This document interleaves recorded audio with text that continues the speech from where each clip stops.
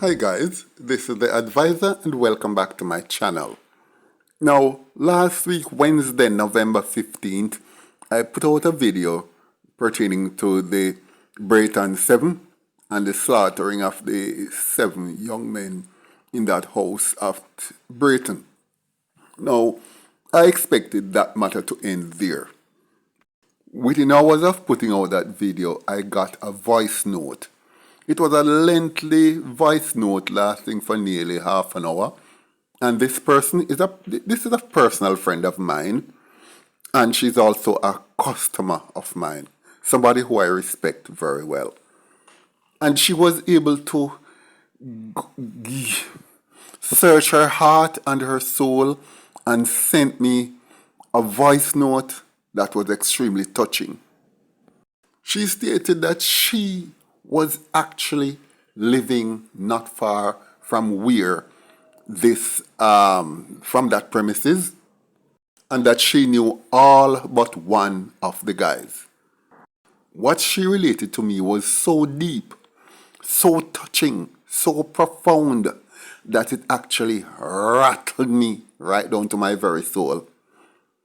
And it gave me a new insight into brutality that I've never known before. And I thought that this was something I need to share with my viewers.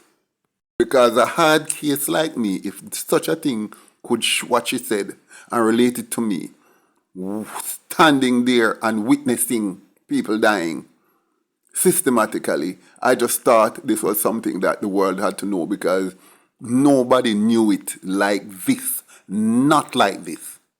So I got on the phone and I called her and I said, listen, I needed her permission. I said, I would love to put out your voice note so my viewers on my channel can see a different side of this issue that had never been publicized before, not on this level. From your heart and your soul, may I have your permission? And she gave me her permission. So, if you are not weak in heart, if you have a strong heart, then continue. Because this is something that when it can rattle me, it will rattle basically anybody. And this is not a person who is taking sides on the issue, but just a person who saw what they saw. And if this has in any way touched you, as it has touched me, please leave a comment below and tell me if it has changed your opinion or your view on that issue in any way, shape, or form. Now, without further ado, give this a listen. Okay, so I just listened to your views on this incident. No, I beg to differ. I don't agree with your views because I was there. I knew these guys personally, and I have a different view from you. You can speak because of what you heard, but I can speak from experience. I was there when the police killed them. I didn't see when they started killing them, but when they killed the last guy, I was there. I was there when the police went inside the house, wash out the blood, right? Wash out the boy marrow and fire the shots through the window. I was there. I saw all of that. No, I am not gonna swear for these guys and say they were not gunmen or they were not this. I don't know what they did behind my back, right? But as it states, I don't know about the incident in Above Rocks. But as for the teacher in Braeton that was killed the night before, none of those men that were killed in the Braeton Seven did not do it. As a matter of fact, the person who did it is still alive and doing a life sentence right now for another murder in done by GP, right? So that part of it where you're saying that it was proven that one of these men, no, it had nothing to do with these men.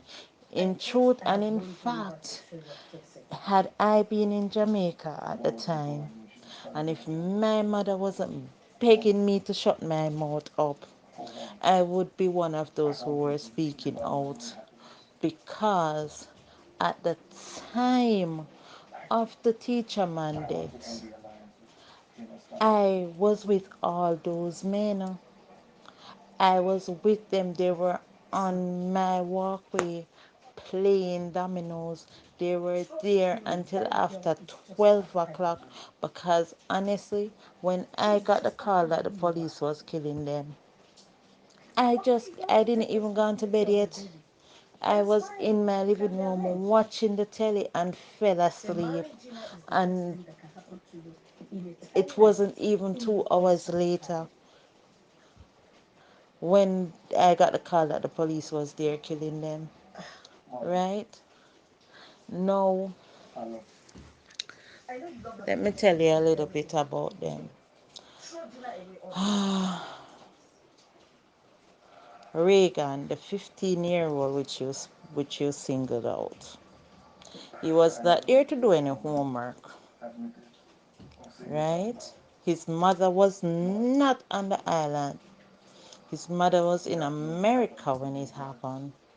Now, imagine his brother, Carter, who is in England now and was in England at the time of his death. When his mother left Jamaica, it was the three brothers that was left there. Jim Carrey, the oldest, Carter, the middle one, and Reagan, the youngest. Carter and Reagan used to war every day because every time Reagan come in and him don't see Carter in the house, him used to come round on my walkway because that is where they used to hang out on my walkway where I used to live. I used to live in Braeton. And him used to war him finger in him house to stay. Same need for go in. Right? And him and him brother used to fight a lot about him staying in the house. Remember, these were three teenage men that their mother left to raise themselves, right? Now, the day that they died, the night before, I was there playing dominoes with them. Would you consider me a gunman or a gunwoman or a potential gunwoman because I used to hang out with them? That's why I don't agree with your statement where you say they were all gunmen or potential gunmen. I used to hang out with them, and that was not my intention. They used to come around and we used to play dominoes together every night. The night before they died, I remember it like it was yesterday.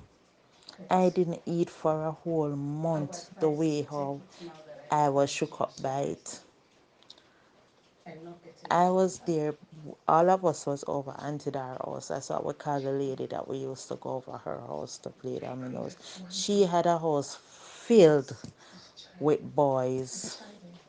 She used she had her nephews living there, about six of them as boys used to live there.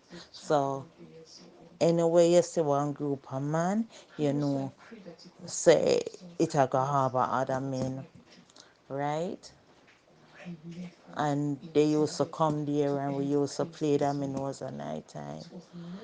And that particular night, I was playing dominoes. Me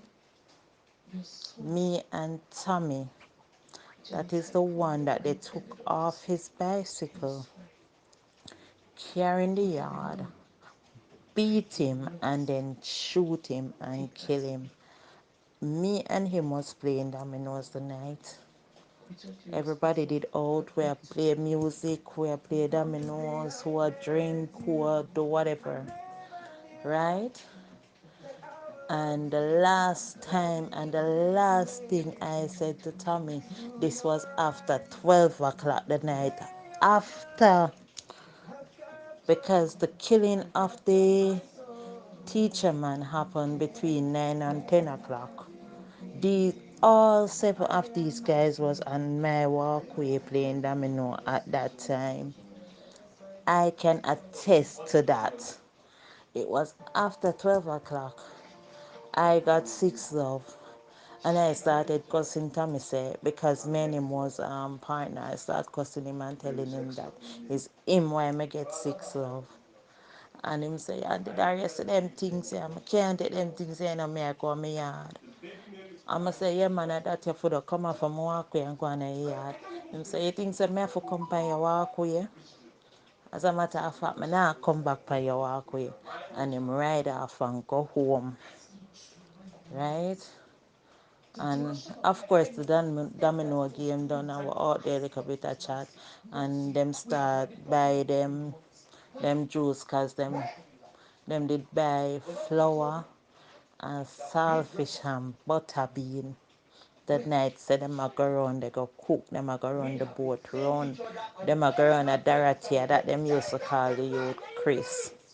Them a go round a Dorothy. He was the only one I was not familiar with because he never used to frequent on my walkway. And it's him are the one where the police and claim said them they come for. Him come from up by cassava piece. Right? Me never really familiar with him, me never really know him like that. If me see him, me will walk past him because if you not come on my road, me no know you. So them say them a go around a Dorothy go cook. I thought Dorothy was all along me think Dorothy was a girl, you know. I did not know it was Chris them talking until after they died. Them said Dorothy and them refer to him as Dorothy and I saw me note say it was him them always a refer to when them say them a go around a Dorothy. Now them say them a go around a Dorothy the night go run boat. Them buy them cornmeal and them flour and them saltfish and butter bean and something. The one when named Gallus, which is a brown one where them say him kill the teacher man. I turned to him because me and him was really close friends. I turned to him and I said to him, say, Gallus, why you not stay so bad?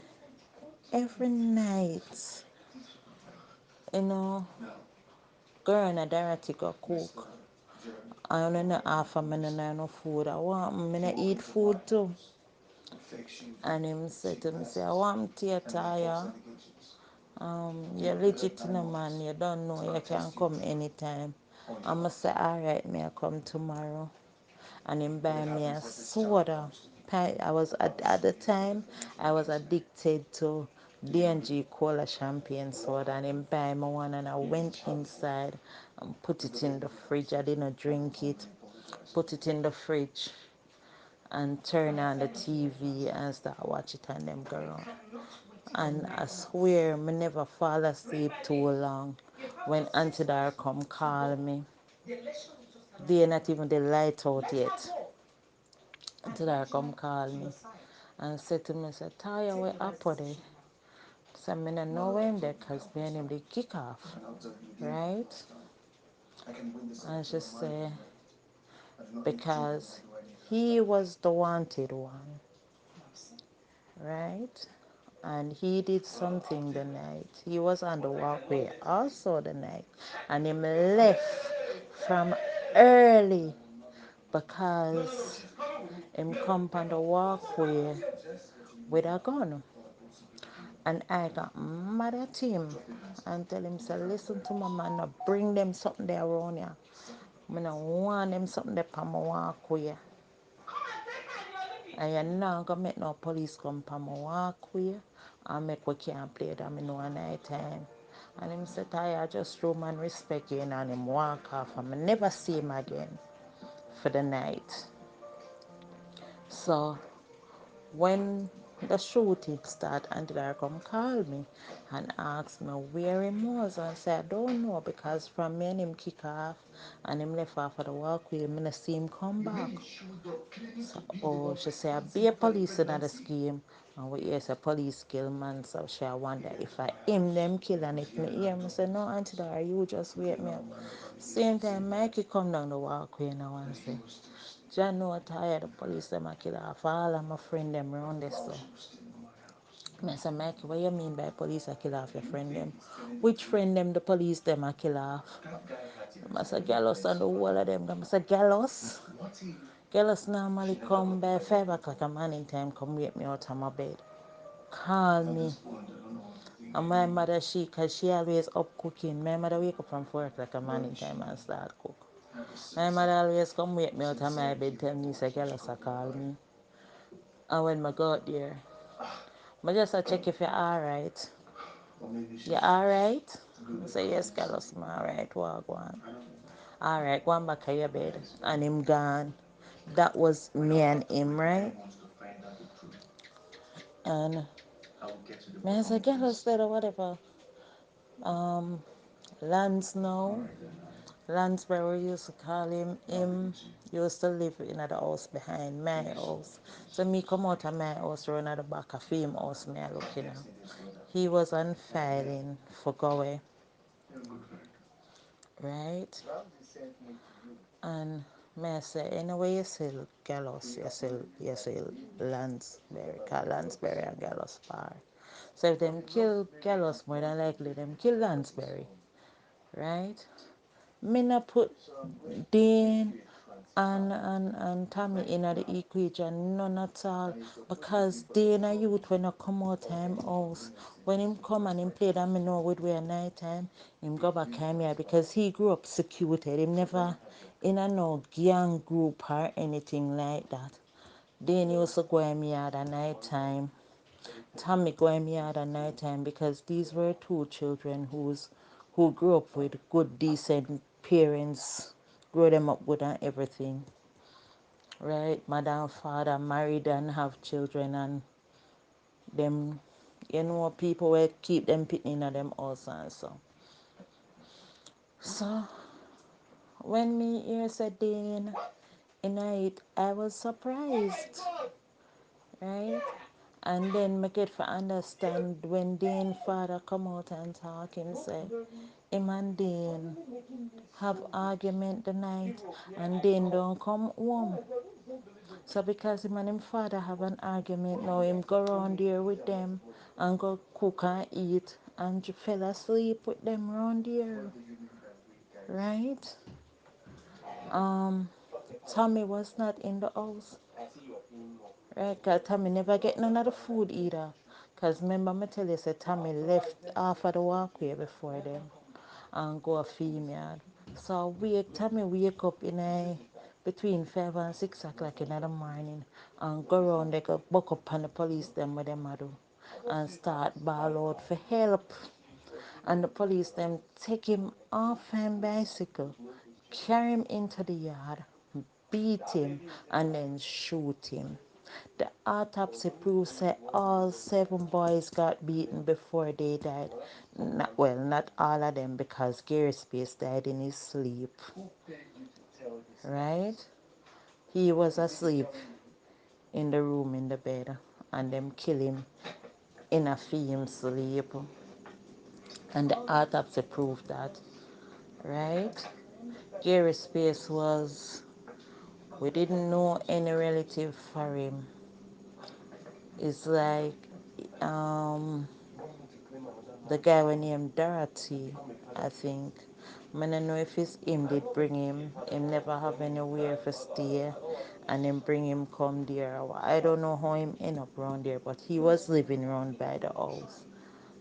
Him never have him family. His family, after he died and him family come, they came from Lawrence Tavern, right? So I don't know how him reach over there, but he was there a while with the boys them, right?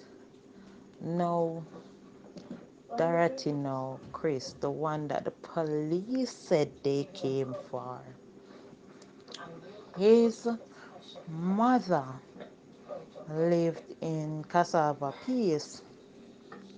The house that they were killed in is actually his auntie's house. And she went abroad and left him there. He was 19. She left him there on his own. So him alone did there the yard. And then forever, wherever him find Gary Space, him bring Gary Space come there. Right? And him and Gary Space used to live there. So I saw now the boy them used to go around there and hang out with them because no parents not dead, no adults not dead. Them care them girl them go around there. It was like I don't know if you understand growing up in Jamaica when your parents gone and you live and basically your teenagers live on them own. Right? But um Dorothy used to seldom live there. Him used to most spend most of him time at Cassava Peace. Now the police them pick up him cousin at Cassava Peace. Is him cousin carry the police them to the yard. This is how it went down now. They pick up his cousin Cassava Peace. Them couldn't kill him because him did in a mother house them take him out of. Right? And them leave with him alive. So even when them come a Braeton, them couldn't kill him a Braeton because his mother knew. So the police them put him in a handcuff and leave with him alive. And when them reach, when him carry them to the house of Braeton, them tell him to knock on the door and him knock on the door. And them ask who that and him answer and tell them who it was. And them open the door for him. That was when the police go in upon them, right? And them start beat them, take them out of the house and start beat them, right? Police them beat them. Now, if this is my take on it, if they were gunmen or wanted men, and you got opportunity to hold on them, so much so you could have did beat them didn't have to kill them, carry them into the police, carry them in, lock them up, beat who forget beaten, send home who forget send home, and care who for go a court and make the judge make them face. Because you're innocent until proven guilty. Right? That's a my stand. The police then beat them and then kill them. That was cold-blooded murder. And two wrongs don't make a right. Right? So when them beat them, I don't know if you ever heard about Claude Mills. Claude Mills was a journalist working with Gleaner Company. And Claude Mills told his story over and over and over because he saw what was happening because his house is the house exactly in front of the house where the police killed the boys. Now, after them killed them, right? It came over the news about 7 o'clock, Came over 7 o'clock news. The police killed 7 men in Britain. Them time the 7 men not dead yet. Because Lansbury was the last one they killed. And I heard when them kill him and his bigger Ford kill him because When the whole of us go round here and the people them come round here, him he came because I never 100 man police killed them. Renito Adams and him crew come and kill them, right? And he came and said, why you kill off the whole of them? I ain't left nothing for me. And one of the policemen them, I don't want to say is Adams because I'm not sure which one of the police them answer. And I said, one down them man. Because them take out the boy them and throw them on top of them one another like sausage. Right? Tommy brains were left on the floor where them killing because the autopsy show that they were all shot at close range. They were all beaten, right? And I heard when Lansbury shout out and said, people, people, man are dead, you know, help me, you know, help me, man are dead. Apparently he got shot, but he wasn't dead. And then the police them start fire shot up in the ear, so you know the people them are going run. And when we run off, we hear them turn the bigger Ford gun down at the house. And when we run off, we hear the tree shot them. And when we look, we see them come out with Lansbury body and throw him on the rest of them. And then Adams come out with one gun in him hand. It wasn't 4 guns, it was 2 guns. Him come out with. He wasn't wearing a gloves to preserve evidence. Him have the gun in him hand. That means his prints were also on the gun. And him hold up the gun in him hand and say, see gun yeah, this time you will kill the policeman. And then we hear that it was a shootout. After them go with the body and the police them barricade where they can't get for go down there, them turn on the hose in the yard and wash out the blood out of the house. Them wash out the blood out of the house and then fire 2 more shots from the house in the top window. So them never fire it so that anybody could have get shot. Them fire it in the very top windows them. Is the no they you know Braeton House them stay the iron window them, the aluminum window them, right? Them fire 2 shot. I witnessed that. Now I don't agree with you when you said it was justified. It was not justified. That killing was murder. That was cold blooded murder by the police.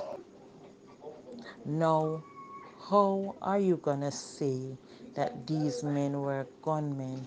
Well, when all of them parents go at the police station, apart from Christopher, who they said they wanted, all of them parents go to the police station to find out why them son have to die, what them son involved in her. And all of them, all they could get back was a report that your son was not wanted for anything. He was just at the wrong place at the wrong time. 7 of them dead. And 6 of them out of the 7 was not wanted for anything. He was just at the wrong place at the wrong time. Now you tell me, how is that justified? I don't know how the police won the case to say that it was justified and got away is because these children's parents did not get good representative because they did not have the money to get good representative, and that is why the police then get away with it. because there's no way the autopsy proves they murder the police them murder the boy them.